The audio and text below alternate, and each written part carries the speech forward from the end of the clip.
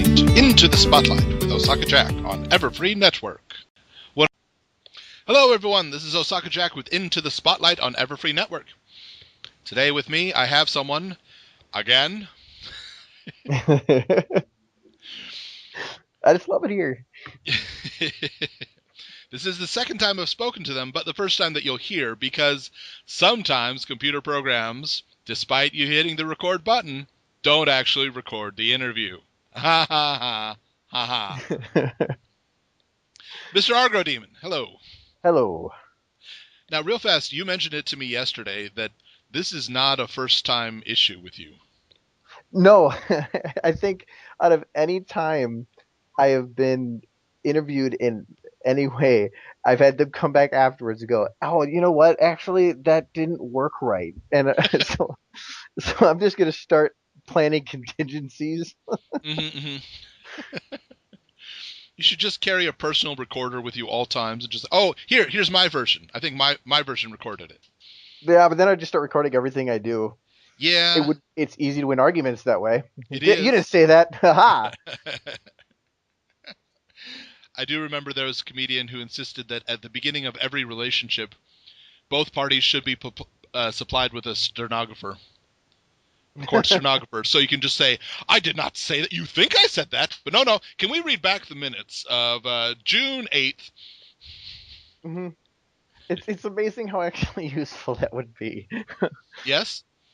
And honestly, a physical human is not something we can do, but, I'm thinking an app would be possible.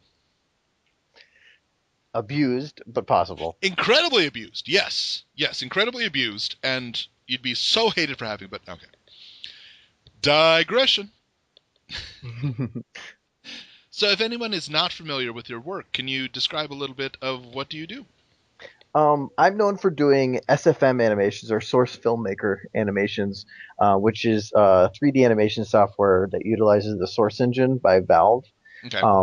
And it's I just animate 3D pony models and really not any specific genre. I just I have an idea and I'm like, that sounds like fun. And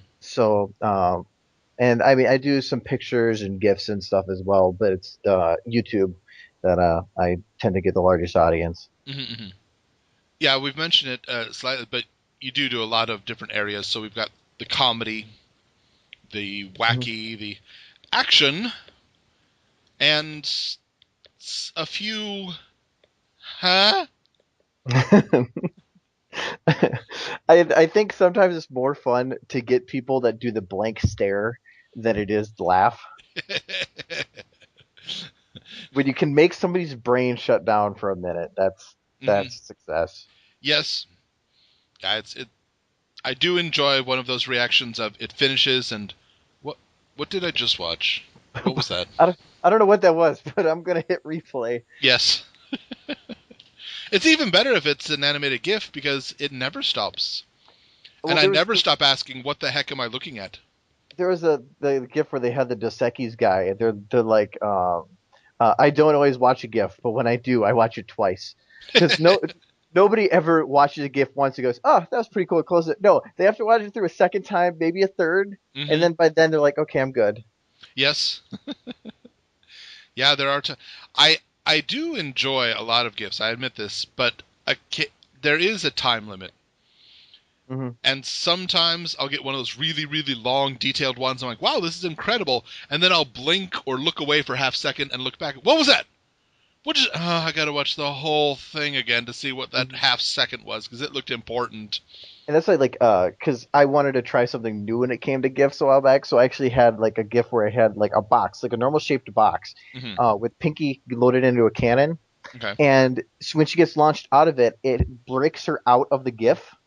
Okay. And she goes and she flies out to the side. So when I made the GIF, I actually made it so it had blank space on the sides to make it so that it kept it centered. I see. But in doing that, it allowed me to actually push her outside of it. So I got a lot of comments like, I did not see that coming. So, and so it was actually it allowed me to break the fourth wall in an unexpected way. And it took a little time to figure out how to do it. And I learned a lot in doing it.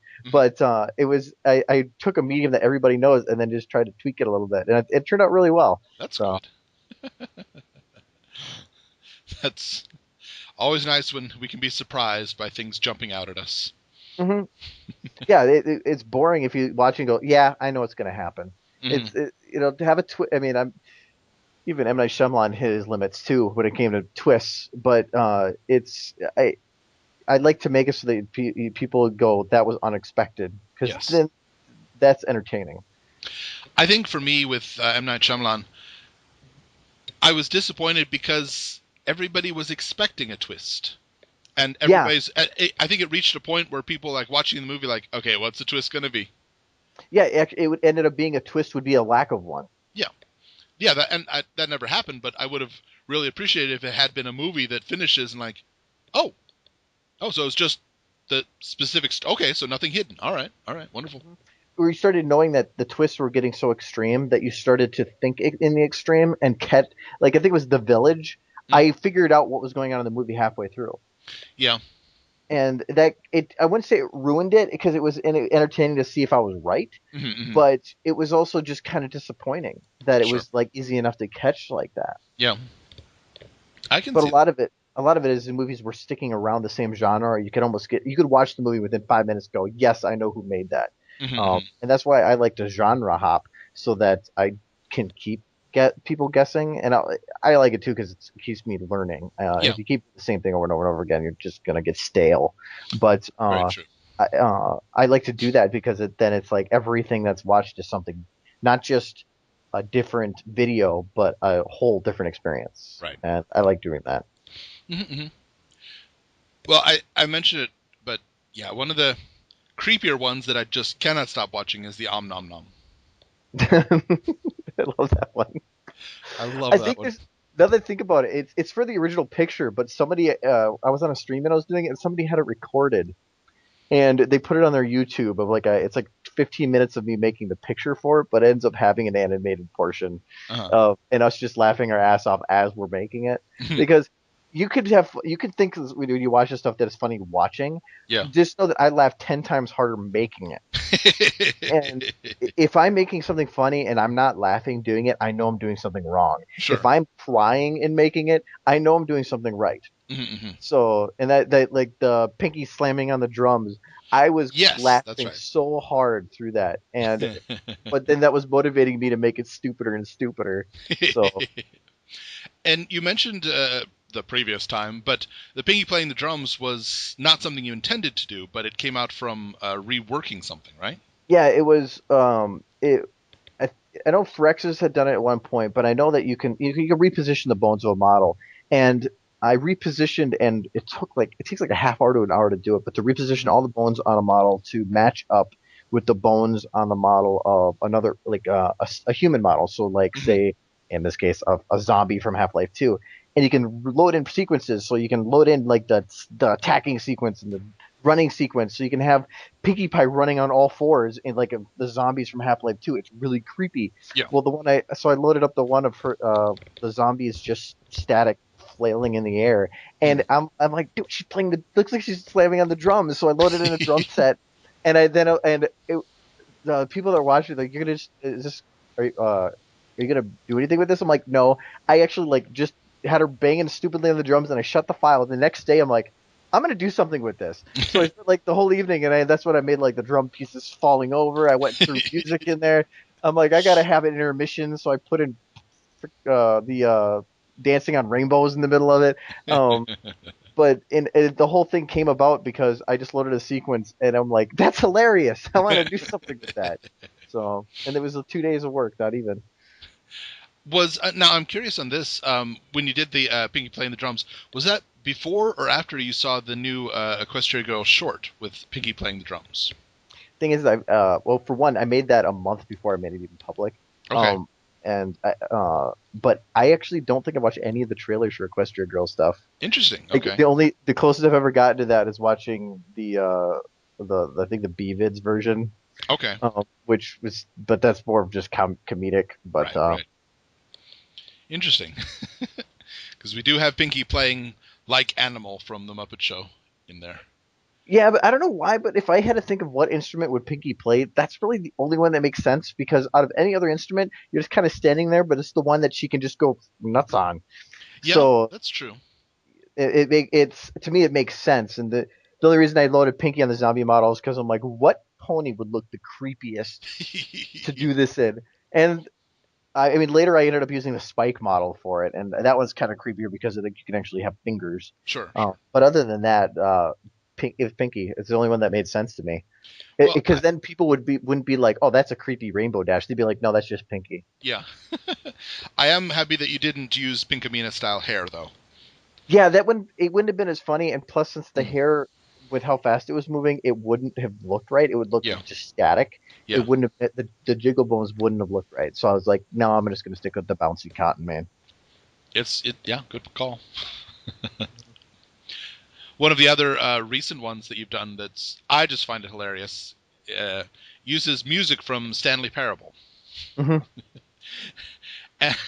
Just Wonderbolt's initiation.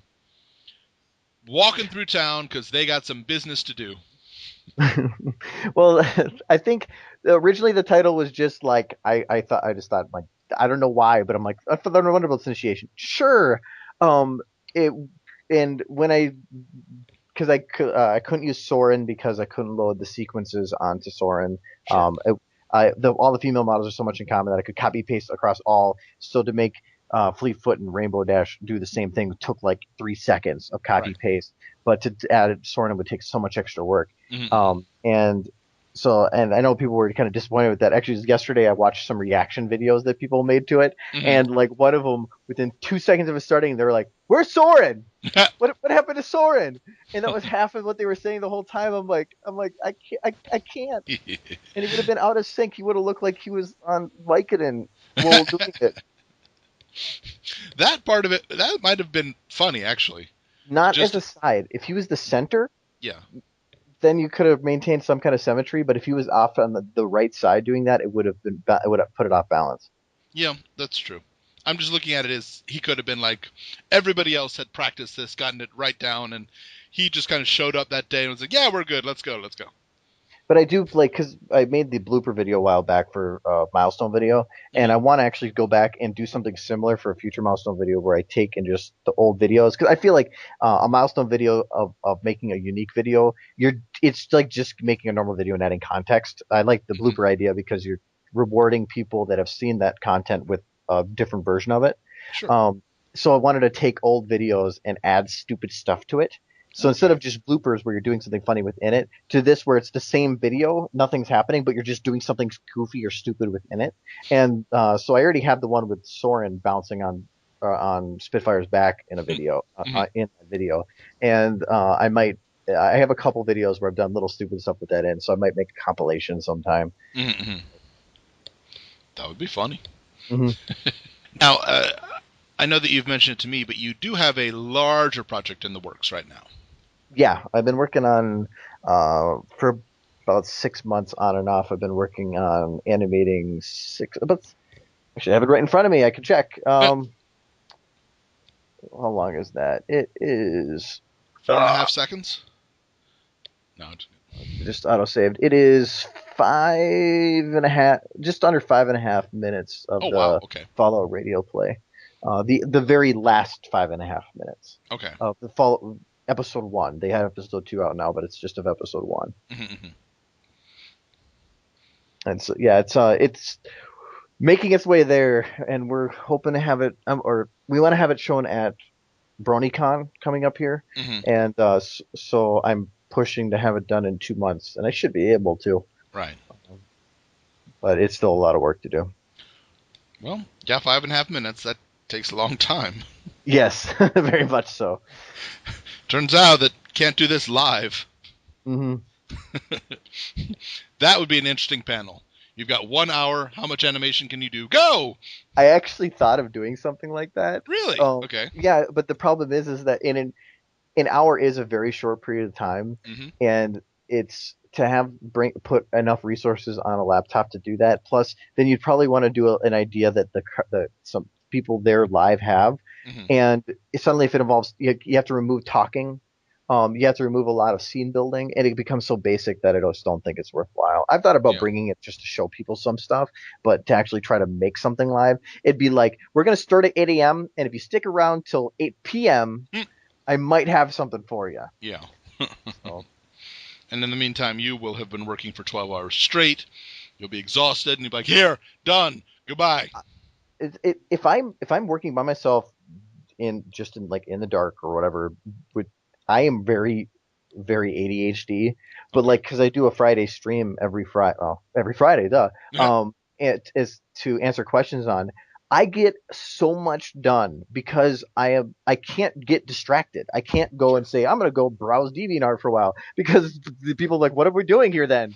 So to me, I get more done in 3 to 4 hours on Friday nights than I sometimes do the whole week Wow, okay. just because I get so focused. But as Sure. soon as the stream ends, I'm like, I'm gonna go get ice cream. I'm gonna watch TV, and it's just my brain completely just shatters. Right, right. So, but so I like those streams because they're as beneficial for me as it is for the people that watch. Mm-hmm. That makes sense. Mm-hmm. That makes a lot of sense.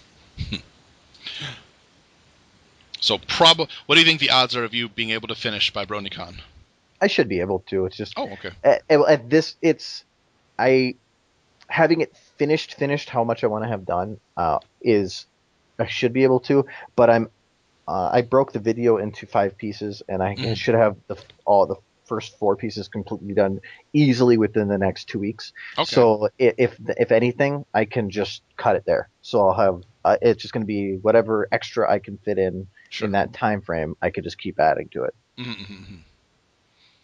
So at worst, it'll just be 80% of what you planned. But it's because of how I'm three. setting you up for a 20% cooler joke. You can make it any time now. That's so cliche. I know. Um, it's but also it's like if I say I finished animating like 2 days before the con, I'm screwed because it's you have to give yourself time to render.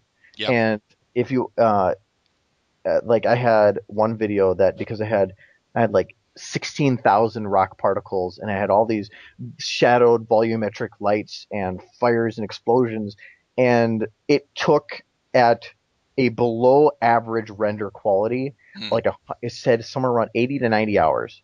And Wow. and that would be my computer's basically locked up. It takes so much of my graphics card, I can't play any games. Sure. So I'm like, nope. And so I had to drop the quality to actually quite low Mm. in the render quality, so I could get it to 30 hours, and then I had to render it over 3 separate days Wow. to break it up, and then I had to use blending to hide where they're transitioning. Mm-hmm. So you have to be you have to give yourself time for that. And so I'm going to probably need like a whole week to render. I can Mm-hmm. probably start before then, but I want to make sure that I'm not sitting there last minute, sitting up all night, Right.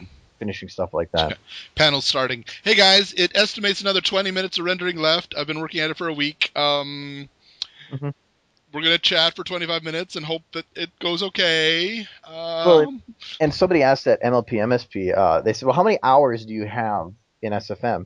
And actually, benefits of being at a computer, I can actually pull that up. I currently have 2,682, and that's just over a year. Mm. But people hear that number like that's a lot. And you're like, yeah, but do you know how much of it was just sitting there rendering? Yeah. It's about probably 600 to 700 of that was my computer. I wasn't touching it, Mm-hmm. or I was lazy and I went to go grocery shopping and left it on. So the number isn't a true value, That's but not lazy. That's efficient. We're going to go do something because it's rendering and there's nothing else you can do. So yeah.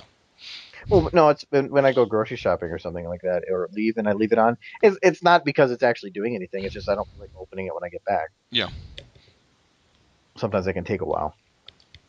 Yes, I remember it.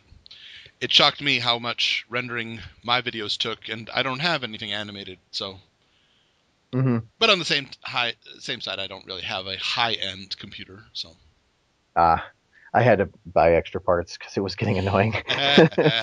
So,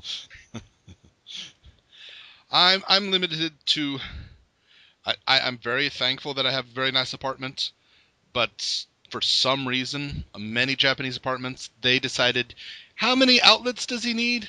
One per room? Yeah, that's good. That's okay. We'll do that. One outlet. Yeah, you're okay. just gonna look like a Christmas story. You're gonna have like 14 extension cords all plugged in. Hold on, let me Little see. area dims when you turn on your computer.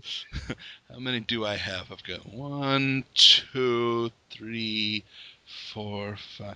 I've got 6.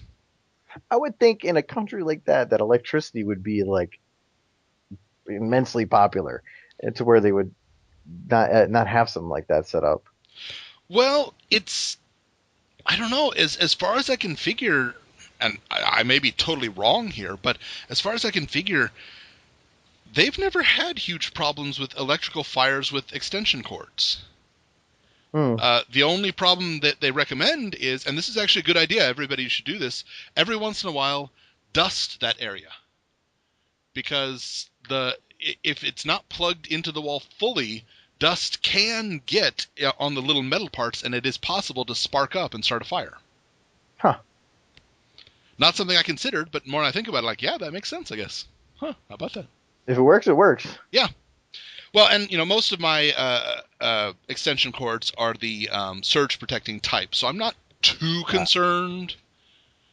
But I will admit fully, when you turn off all the lights, there are enough little itty bitty lights on, showing me there's an extension cord, there's my computer in sleep mode, there's that thing recharging, there's that. Yeah, the bane of technology. Yeah, I need blackness when I sleep, and the fact that there are so many little things on, like, it's Christmas in here, the lights are everywhere, it's so pretty. But Christmas is a happy time. So Yes, it is, but not when you sleep through. What would you say is one of the more popular things that you've done that's just gotten a surprising amount of attention? um well, actually, I'd have to say the first video that I had that got really popular, the one with Twilight singing the Find Away from the season 3 finale. Yeah. Sure. And because I was working on something bigger that ended up like putting off completely and later became Fusroye video. Hmm. I was working on other stuff and I just wanted to do lip syncing and just fool around. And so I started that video as like just her sitting, and then it just winged it completely, and it ended up getting Winged it, uh, Princess Twilight. Okay, sorry. wow. Good joke. Good joke. Anyway. I'm actually disappointed that I didn't catch that. But anyway, but when I made that, it ended up getting way more attention, and I think it's like 650,000 views right now. But it got Ooh. like 300, 400,000 within like just the first month or two, Wow. and that was, I mean, before that I had just a couple thousand views on stuff, and Mhm. I did not expect that, and it was at that point that I went from like under 1,000 subs to like 4,000 within less than a month, and Goodness. it was at that point that I was like, I could maybe, I really just went and hit that tipping point where I went from I'm just doing this until I get bored of it to I want to keep doing this for a long time. Hmm. Hmm. And it was, and it, because you see, we got the reaction from people that are like, we really like this stuff. And when I looked at it, I'm like, well, I felt that was really cheap and I could have done better. Um, and so, and I knew that then if all you're going to do is get better, and if they already liked it then, what can I do next? Hmm. Yeah. But yeah, that's probably the one I'd have to feel that really got the biggest unexpected amount of views. Okay. All right. Well, is there a flip side, one that you thought would be immensely popular and people were meh? Um, like it also, a lot of it comes down to like if something gets posted somewhere else, Hmm. you'll get pulled in views from that. So it comes down to it's like which wasn't as distributed as others. Um, well, I made that like unicorn friendship magic really short thing. I thought that would have been more popular than it was because Okay. and I thought it was really well detailed and animated. And it was based on the Spies audio when they added the TF2 pony hat. Right. And I made that the night that the audio came out because I'm Mm. like, I want to do this right now, so it's out right now because it's at the hot time Sure. when it. Sure. And then I made it and I put it out there, and then it was kind of like, and it got thrown aside. And notice, and I think now it's like, I think it's like 15 or 20,000 views or something like that. But 38. 30, wow, you're just right there. Hmm. So I mean, I thought that was going to be bigger, but I think it just took time, Sure. which Sure. I thought, I don't know, maybe the market was saturated at that time with that kind of stuff. Could But be. Yeah. but that one I definitely felt was could have got more. But then there's other, like the dragon one I made. I felt that was just something quick that I made in 3 hours during a stream, and Hmm. then that one got. I think that one got an honorable mention in the top 10 for the month. And I'm like, how did that happen? So, but I guess when you have a pony trying to beat up a dragon, it doesn't matter how good it's done. So, Well, it matters to an extent, but that is pretty cool. So yeah. yeah. I am curious now. I don't know why it just occurred to me, but I wonder if you took that animation and just replaced that dragon with a spike.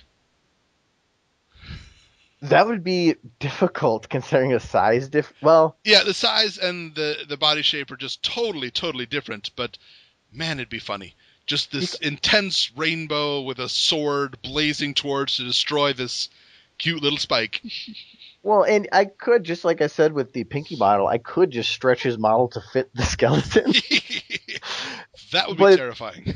That would probably make little children cry, but could be funny. But a lot of people have asked me to extend that, and I still really want to finish the follow-up video, but that's on my list of potential things to actually add content to, and add more to, because I think that would be fun. I've learned with doing this video that the faster you move things, the less accurate you have to make it. Sure. And so I've thought about doing more action stuff because I can actually kind of half-ass it a little bit. And, I know still that make good. for a good comparison, I know that the Family Guy creators, they've said that their overseas animation group has requested that they not do any more slow-mo scenes because slow motion takes double the amount of drawings that the regular animation does. Yeah, because they always say like, oh, a walking cycle you only need like 3 or 4 frames or something. I can't remember how many. You only need a couple frames, but if you go slow mo, suddenly you're having to put all this extra work into animating things. You can't cheat it. Yeah. The nice thing about 2D is you can have, like, I was just watching an anime earlier today, and I like to try to watch and pay attention to the times where things aren't moving. Mm-hmm. Because if I can't do that in 3D, because if something doesn't move, it suddenly you very quickly hit uncanny valley territory. Yeah. You have to keep things moving, breathing, things moving. I put things in the background that are moved in the wind just to make the background move. Right. And but in 2D, I just watch, and like they'll have it where like somebody jumped back and their hands were over their head, and all that was moving was their mouth, but it still looked okay. Yeah. And it's. That's one of the that's something, honestly, I think that would be an excellent little tutorial thing, a future tutorial subject.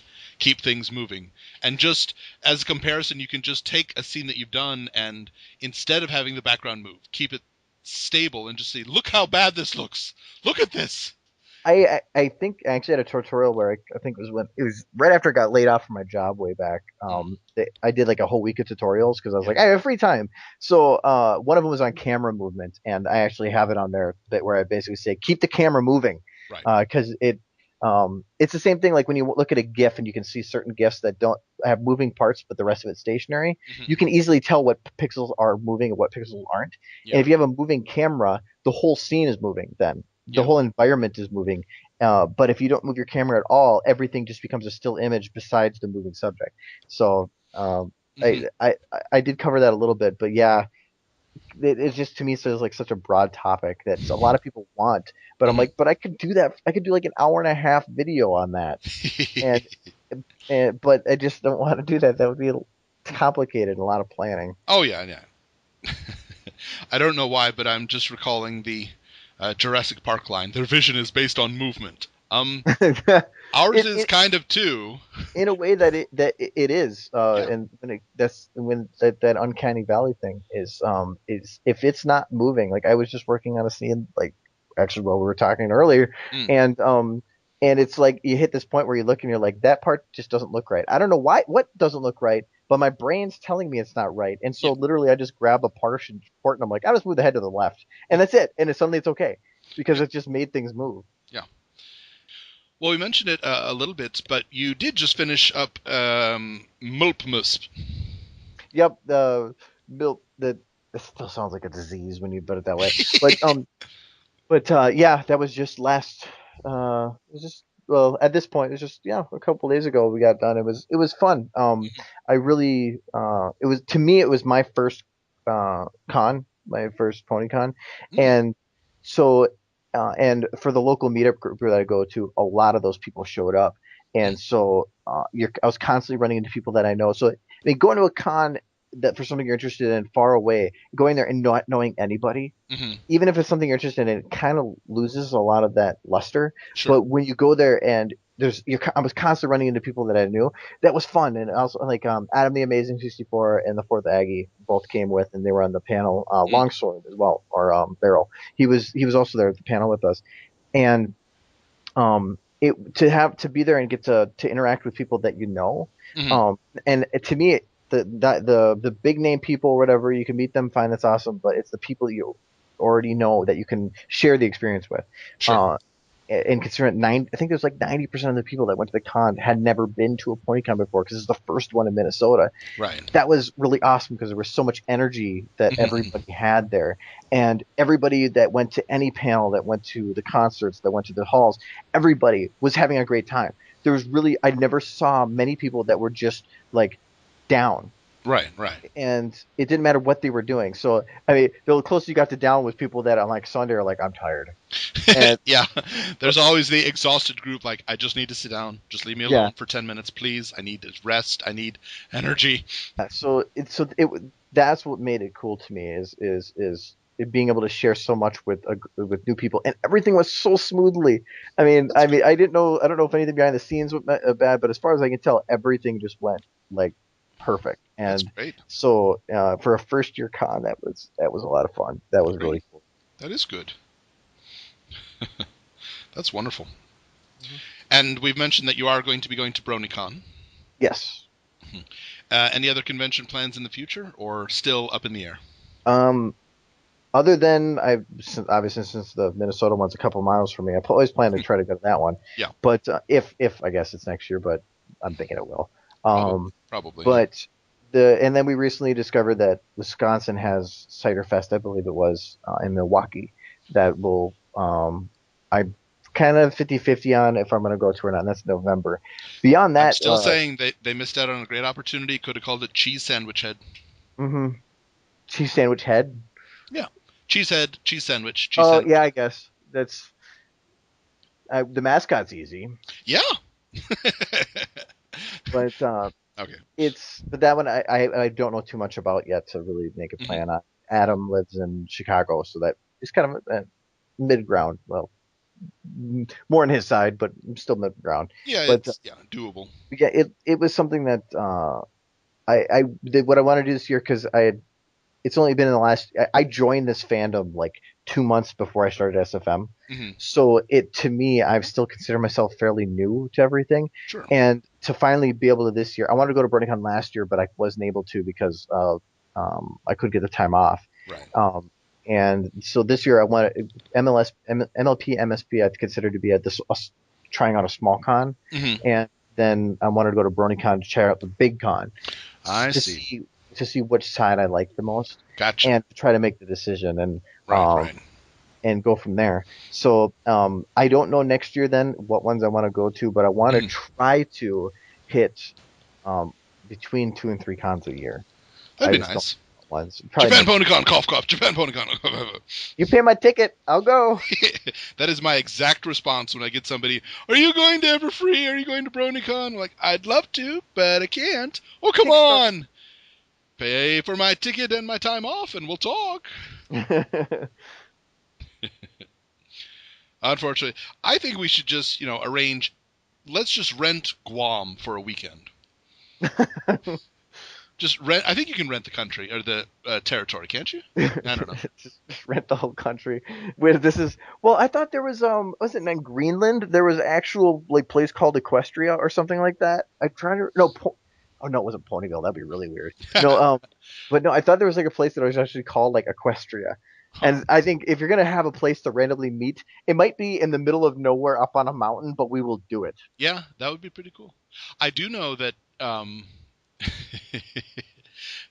I thought this was really creative. I haven't kept up with it, so I don't know what happened. But a few years ago, there's a Japanese city that was having a lot of money problems. They didn't have many tourists. It was a nice enough city, it just didn't get a lot of money. Mhm. So they literally just started offering things for sale. And they insisted, we're not going to give away any offices and nobody's going to be in charge of things. But for like this amount of money, they'll name a street after whatever you want it to be named after. And it had different levels, like name a street, name the park, name our office building, whatever. I think the top level that I don't think anybody took, but the top level was rename our city. Huh. And I was just thinking, if we did a Kickstarter and raised up enough money, we could literally have a Japanese city called Equestria. Or Ponyville. That makes or more Ponyville, sense. yeah. That would be funny. I know. I don't know if copyright would start running into issues. But you're talking about the name of a city. You're not talking about the name of a product. Maybe. Plus, as far as I know, they didn't copyright Fluttershy, so we can just use her name. We've called it Fluttershy. I mean, I know that Kobe Bryant has attempted to sue the city of Kobe for using its name for a few thousand years before him, but that doesn't fly.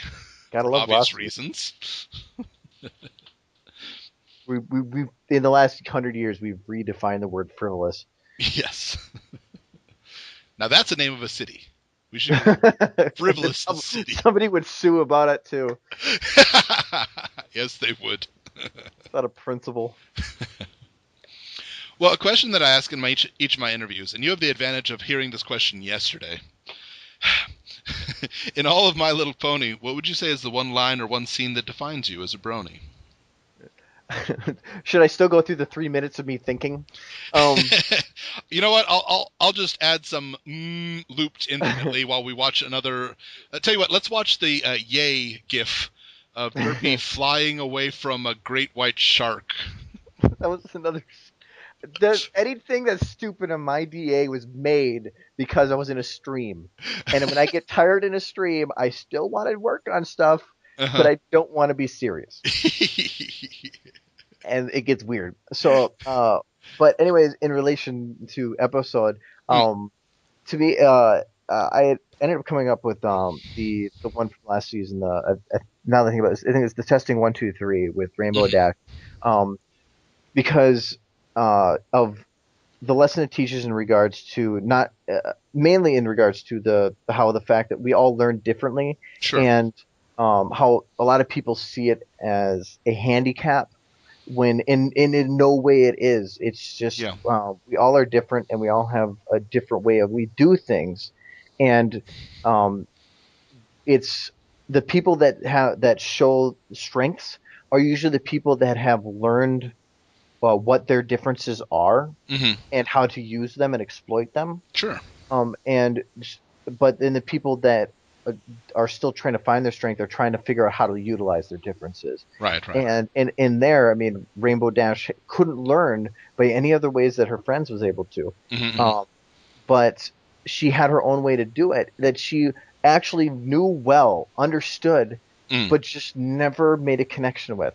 Right. And I think that that's the way with this with a lot of things is if you want to learn something, and you are having problems with it, it doesn't mean that you can't learn it. It just means that you haven't learned the right way to.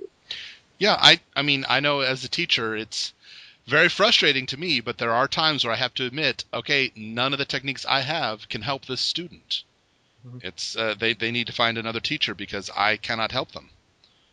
And, and it's not necessarily that they're not trying or that I'm not trying or that the material's too difficult. It's just our styles just don't match up. And there's so many people that look at it and they say it's me.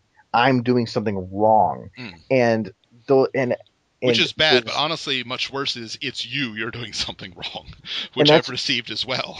And that's why, like, I've had people that say, "Hey, can you make a tutorial on how to make smooth animation or how to do very general topic?" And I'm like, I don't want to do that because I'd be showing my way to do something. Yeah. And something that's broad like that. I mean, I don't mind making a tutorial that says how do you transition a wing, because that can be something that's complicated.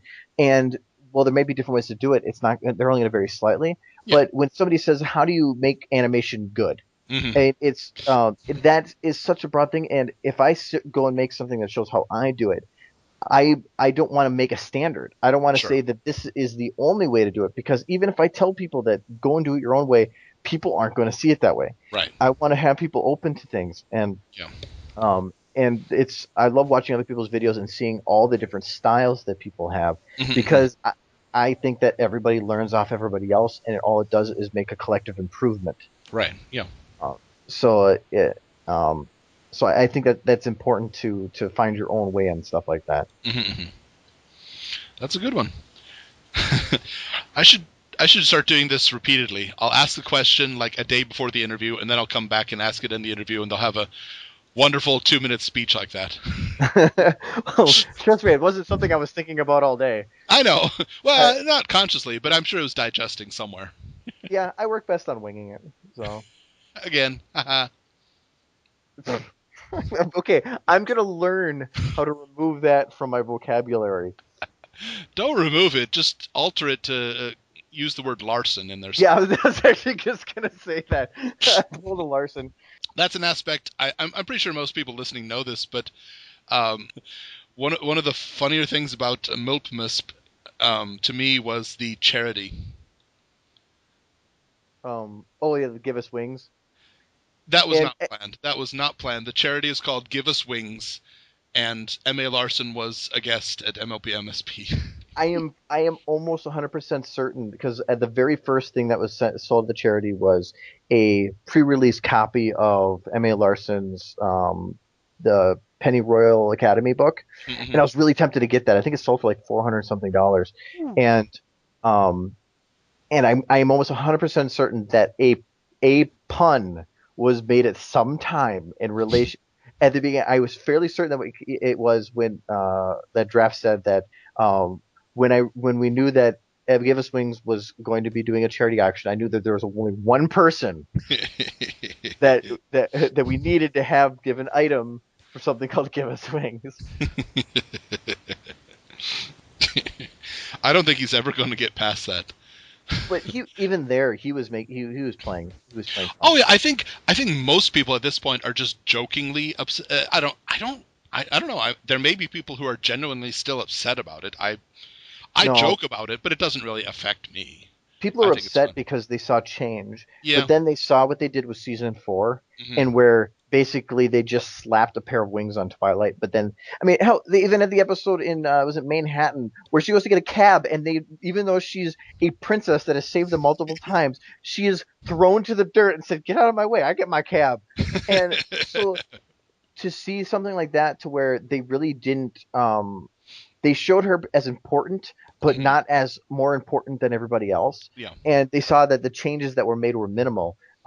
It took it down a little bit. Yeah. If people weren't as upset about it. So people now when I hear people talk about it, it's more as a joke than Yes. it is Yeah. than actual anger. And I'm glad about that. I'm sorry that Yeah. people were that upset, and I know that people are upset about other things too. And I hope that in time, it will just become another one of the wing jokes. But Hmm. uh, if you want to dislike something, that's fine. But if you've reached a point where something in this show upsets you that much, take a break. Yeah, it means you're a bit too involved in the fandom. Yeah, go outside, watch an anime, play some zombie shooter games, whatever. Just take a break. I think it was during the con that I mean Larson said that episode, the Magical Mystery Cure, is the episode that they changed the most about what he made in the script. Huh.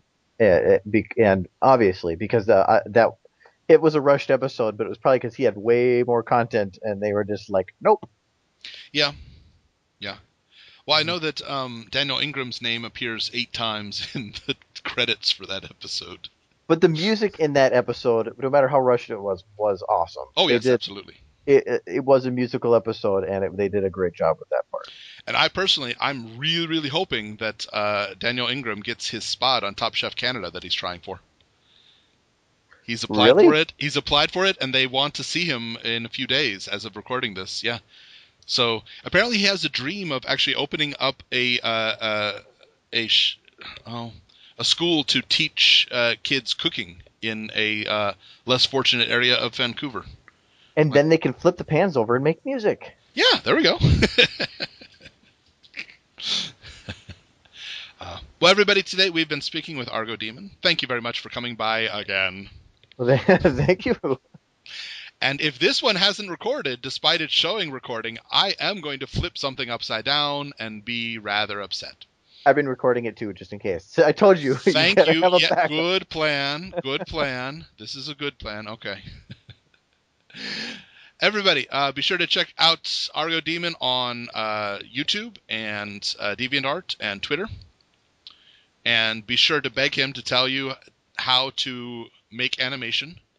The most general topics you can, because he's really good at answering that.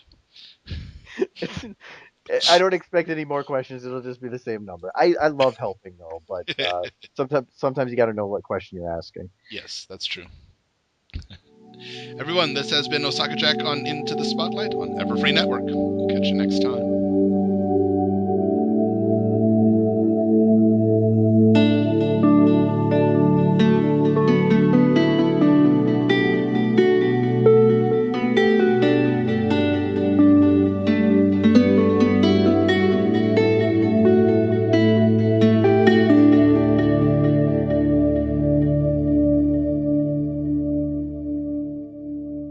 It's an animated GIF because it never stops. Well, And I never stop asking, what the heck am I looking at? There was the GIF where they had the Dos Equis guy, and they're like, I don't always watch a GIF, but when I do, I watch it twice because nobody ever watches a GIF once and goes, oh, that was pretty cool. Close it. No, they have to watch it through a second time, maybe a third, and then by then they're like, okay, I'm good. Yes. Yeah, there are. I do enjoy a lot of GIFs. I admit this, but there is a time limit. Mm-hmm. And sometimes I'll get one of those really, really long, detailed ones. I'm like, wow, this is incredible. And then I'll blink or look away for half a second and look back. What was that? I got to watch the whole thing again to see what that half second was because it looked important. And that's because I wanted to try something new when it came to GIFs a while back. So I actually had like a GIF where I had like a box, like a normal shaped box, with Pinky loaded into a cannon. Okay. And when she gets launched out of it, it breaks her out of the GIF. Okay. And she goes and she flies out to the side. So when I made the GIF, I actually made it so it had blank space on the sides to make it so that it kept it centered. I see. But in doing that, it allowed me to actually push her outside of it. So I got a lot of comments like, I did not see that coming.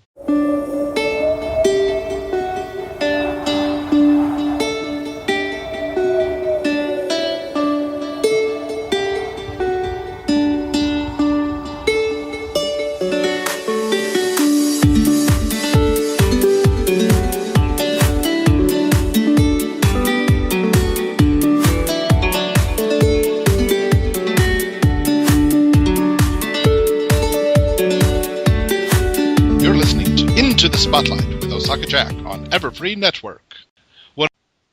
Hello everyone, this is Osaka Jack with Into the Spotlight on Everfree Network. Today with me I have someone, again.